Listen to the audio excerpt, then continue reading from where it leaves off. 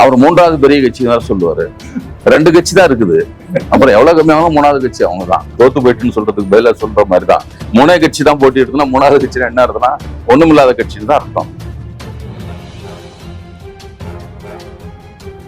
மனப்பிறழ்வு வந்தவர்கள் என்ன செய்வார்கள் நம்ம தெரிந்து கொள்ள முடியாது. மனநோய் வந்துருச்சுனாவே அது எப்படி வேண்டுமானாலும் போகும், அதை எப்படி நம்ம சொல்ல முடியும். இன்றைக்கு ஒன்று பேசி அடுத்த நாள் ஒன்று சொல்லுகிறார்கள். அதை நாம் சந்தோஷம் கேட்ட போது யாரும் தப்பிக்கவில்லைன்னு சொன்னார். இந்த மாதிரி அதெல்லாம் யாரும் தப்பிக்கலைங்க, அதாவது ஏமாத்துக்காரனா இருக்க போறான் சொன்னாரு.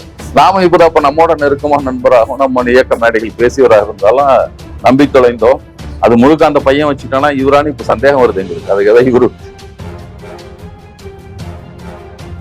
புகைப்படத்தை போட்டுக் கொண்டதே மிக பெரிதாக சொல்லுகிறார்கள். நான் தான் அறிமுகப்படுத்தி வச்சோம், பிரபாகரனை யாருக்குமே தெரியாது, நாங்கள் தான் அறிமுகப்படுத்தி என்ற அளவுக்கு துணிச்சலாக போய் பேச தொடங்கிவிட்ட நிலையில் தான் நாம் அதை பற்றி பேச வேண்டிய தேவைகள் தமிழ்நாட்டில் எழுந்திருக்கிறது. தமிழ்நாட்டில் பயிற்சி வகுப்புகள் நடக்க தொடங்கின. ஆயுத பயிற்சி அவங்களுக்கு தான் நடந்தது. இத்தனை பயிற்சி முகாம்களும் திராவிடர் இயக்க தோழர்களால் தான் நடத்தப்பட்டன.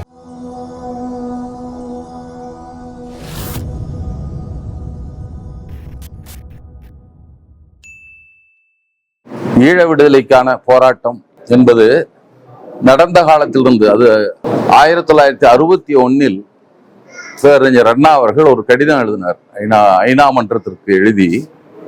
அது குறித்து நீங்கள் தனி குழு அமைத்து அங்கு நடக்கிற ஆபத்துகளை பற்றி ஆய்வு செய்ய வேண்டும் என்று 1961 அப்போதெல்லாம் அறவழி போராட்டங்கள் நடந்த காலகட்டம்.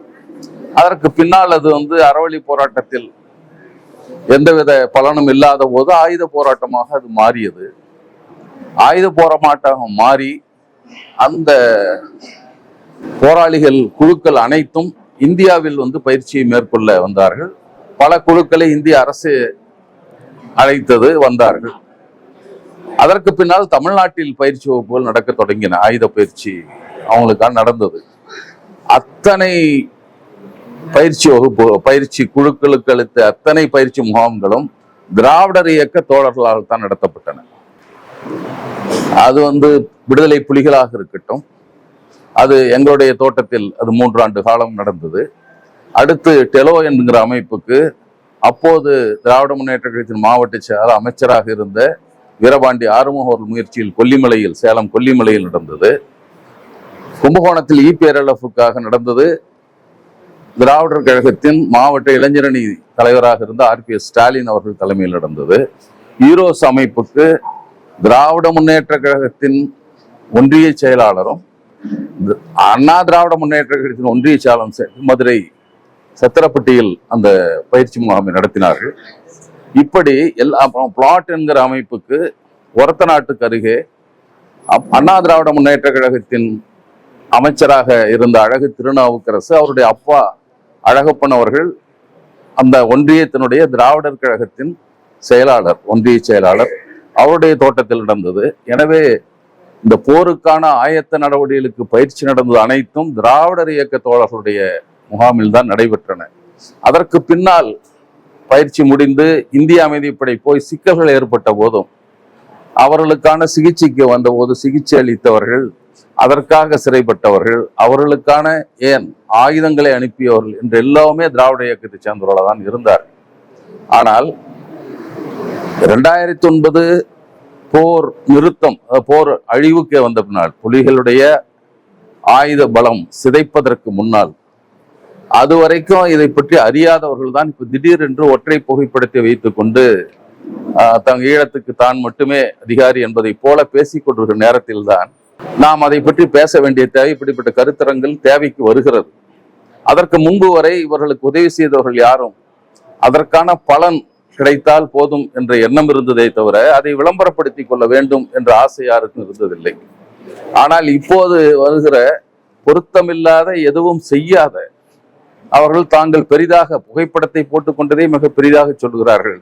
நான் தான் அறிமுகப்படுத்தி வச்சோம், பிரபாகரனை யாருக்குமே தெரியாது, நாங்கள் தான் அறிமுகப்படுத்தி என்ற அளவுக்கு துணிச்சலாக போய் பேச தொடங்கிவிட்ட நிலையில்தான் நாம் அதை பற்றி பேச வேண்டிய தேவைகள் தமிழ்நாட்டில் எழுந்திருக்கிறது.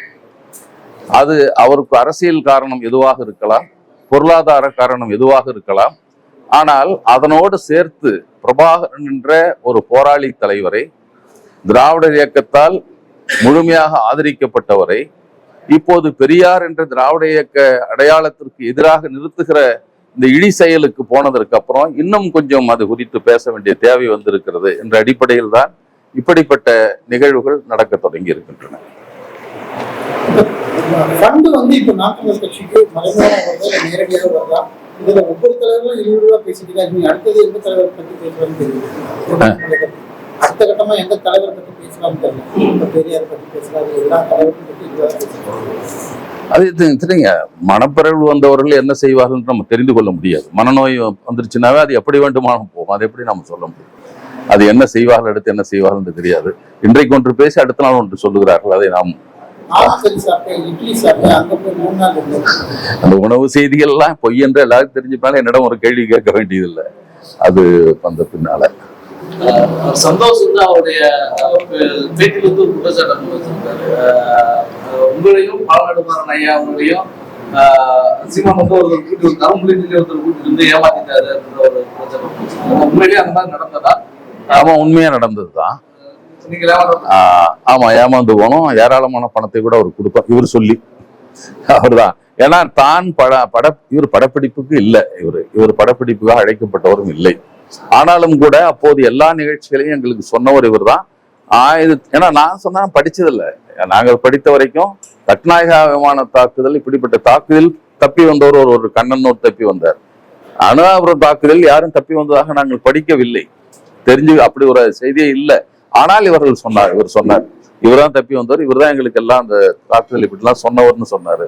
அப்ப நேரில் பார்த்து சொல்லுறான் போது சந்தோஷம் கேட்ட போது யாரும் தப்பிக்கவில்லைன்னு சொன்னார். இந்த மாதிரி சொல்லலாம், யாரும் தப்பிக்கலைங்க, ஏதாவது ஏமாத்துக்காரனா இருக்க போறான் அப்படின்னு சொன்னாரு. நாம இப்ப அப்ப நம்மோட நெருக்கமான நண்பராகவும் நம்ம இயக்க மேடைகள் பேசியவராக இருந்தாலும் நம்பி தொலைந்தோம். அது முழுக்க அந்த பையன் வச்சுட்டானா இவரானு இப்ப சந்தேகம் வருது எங்களுக்கு. அதுக்கு ஏதாவது இவரு மறைமுகம் வாங்கி கொண்டாரான்னு இப்பதான் சந்தேகம் வருது எங்களுக்கு. இப்போ வந்து ஒரு வரலாற்று குறித்து மிகவும் பேசக்கூடியது பொதுத்தளத்துல வந்து மிகவும் வந்து அனைத்துமே நாங்கள் தான் பார்த்தோம். யாரு தெரியுமா, அந்த போராட்டத்தில் யாரு தெரியுமா அப்படிங்கிற பேச்செல்லாம் வந்து அதிகமா இல்ல. இதை நம்பக்கூடியவர் நிறைய இருக்கான்னு நம்ம நினைக்கிறாரு அவரு. ஈழ விடுதலை வரலாற்றை அறியாதவர்கள். ஏன்னா 2009 அல்லது அதுக்கு முன்னாலும் கூட பிறந்திருந்தால் கூட அவர்கள் பெற்றோர்களோடு வெளிநாடு சென்றிருப்பார். அவர்களுக்கு ஈழ விடுதலை போராட்டம்னா என்னன்னு தெரியாது, யார் செய்தார்கள் என்று தெரியாது, யார் உதவினார்கள் என்று தெரியாது. அவர்கள் வந்து ஏமாற தொடங்கி விட்டார்கள், நமக்கு பணம் கொடுக்க தொடங்கி விட்டார்கள் என்ற உடனே துணிச்சலாக மேலும் மேலும் அவர் சொல்லுகிற தைரியத்தை அதுதான் கொடுக்குது. அதான் சொல்லுவேன். தொடர்ச்சியா அந்த அடுத்தடுத்த அறிக்கைகள் வருது. இந்த நேற்றைய தினம் ஒரு அறிக்கை வந்தது, கடந்த 2 தினங்களுக்கு முன்னாடி சீமானுக்கு ஆதரவாக ஒரு அறிக்கை வந்தது. ஆமா, இதுல எந்த அறிக்கை சரியான அறிக்கை? தமிழ் இல்ல, தமிழீழ அரசியல் துறைன்னு இது வரைக்கும் ஒண்ணு இருந்ததில்ல. தமிழீழ விடுதலை புலிகள் என்றுதான் இருக்கும். இவர் தமிழீழ அரசியல் துறை பட்டும் படாமல் அது இப்படியும் தெரிய வேண்டும் அப்படியும் தெரிய வேண்டும் என்பதை போல ஒரு எச்சரிக்கையாக செய்யப்பட்ட ஒரு அறிக்கை தான் அது. அவங்க முன் வந்து அவங்கள்ட்ட பேசின போது என்னிடம் வற்புறுத்தினார்கள், நான் கையெழுத்து போட்டேன் என்று அவர் சொல்லியிருக்கிறார். அந்த நல்லையா என்பவரும் ஒரு கையெழுத்து போட்டவர். ஆனா அவரை திருப்பி நான் எப்படி மறுத்து கொடுப்பது என்று சொல்லியிருக்கிறார் தோழர்கள் பேசிய போது. அங்க இருக்கிற புலிகள்லாம் அவரை பிடித்து கேட்டிருக்காரு, எப்படி என்னை செய்யலாம், எப்படி போட்டேன்ட்டு. எங்களுக்கு தெரியாது சொன்னாங்க, ரொம்ப வற்புறுத்தினாங்க. சரி, என்ன இதுல என்ன கூட்டம் அப்படின்னு மாதிரி சொல்லியிருக்காரு.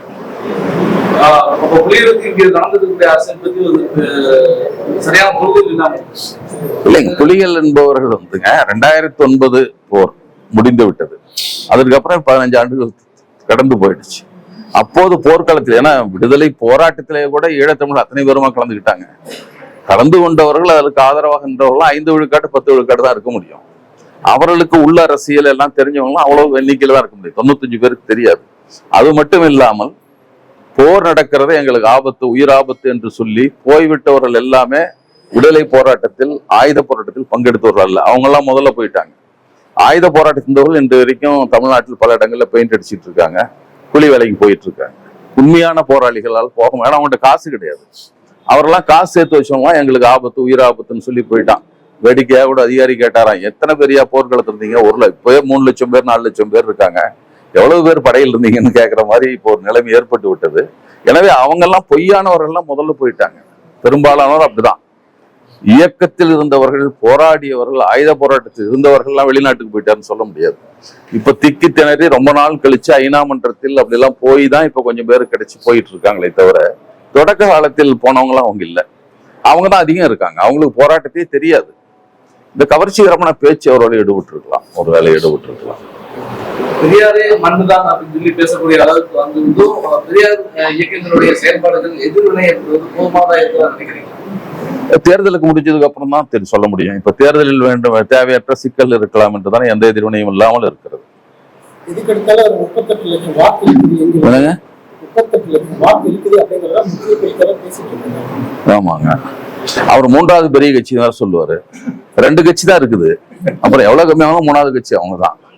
2 பேர் ஓடிட்டு நான் செகண்ட் வந்தேன்னு சொல்ல முடியாது. 2 பேர் ஓட்டப்பந்தயத்துல போயிட்டு நான் செகண்ட் வந்தேன்னு சொல்ல முடியாது. தோத்து போயிட்டுன்னு சொல்றதுக்கு பதிலாக சொல்ற மாதிரி தான் 3 கட்சி தான் போட்டி எடுத்துனா 3வது கட்சி என்ன அர்த்தம்னா ஒண்ணுமில்லாத கட்சின்னு தான் அர்த்தம். அவங்க வாங்கின கோடிக்கணக்கான ஓட்டுக்கு 30 லட்சத்துக்கு என்ன கணக்கு இருக்க முடியும் சொல்லிக்கிறாங்க. சீமான் தொடர்ந்து பேசுறது வந்து கொள்கை மூலமாக பேசுறது, அதை தாண்டி தேர்தலுக்காக அமைதி காப்பது வாக்கு வங்கிக்காக வந்து அமைதி காப்பதா இல்லைங்க. இது நடக்கிறது ஒரு இடத்துல நடக்குது. இது வந்து அவருக்கு என்ன, இப்போ அவங்களுடைய எஜமானர்கள் வந்து முதல்ல பாரதிய ஜனதா கட்சி போட்டியிடலன்னு சொல்லிட்டாங்க. அதிமுக ஏற்கனவே சொன்ன விக்கிரவாண்டி மாதிரி இப்பவும் இல்லைன்னு சொல்லிட்டாங்க. அப்ப இந்த வாக்குகள்லாம் அவரிடம் போய் சேர்ந்தால் அவருக்கு ஒரு எண்ணிக்கை கிடைக்கும் அப்படின்ற ஒரு நம்பிக்கையோடு தான் அவர் அந்த போட்டியில இருக்காரு. அவர் அதை காட்டிக்கொள்வதற்கு பெரியாரை பற்றி பேசினாலும் ஈரோட்லயே இவ்வளவு வாக்கு பெற்று விட்டோம் என்று நிறுவுவதுதான் அவங்க நோக்கமா இருக்கு. அப்ப அதை ஒரு இடத்தினுடைய தேர்தலா பார்க்கல, ஒட்டுமொத்த செய்தியாகத்தான் நாங்க பார்க்கலாம். தினமும் நடக்கக்கூடிய பொதுக்கூட்டத்துல தினமும் பெரியார் வச்சிட்டு இருக்காரு. நம்ம யாராவது மேடையில் வந்து அடிக்க மாட்டார்களா, அதனால ஒரு பிரச்சாரம் செய்ய கிடைக்காதா, அனுதாப ஓட்டுகள் கிடைக்காதுன்னா ஆசையில இருக்காரு. ஒரு ஆசையை நம்ம ஆளுங்க பொய்யாக்கிட்டே இருக்கிறாங்க, நிறைவேற்ற முடியாம இருக்காங்க நம்ம.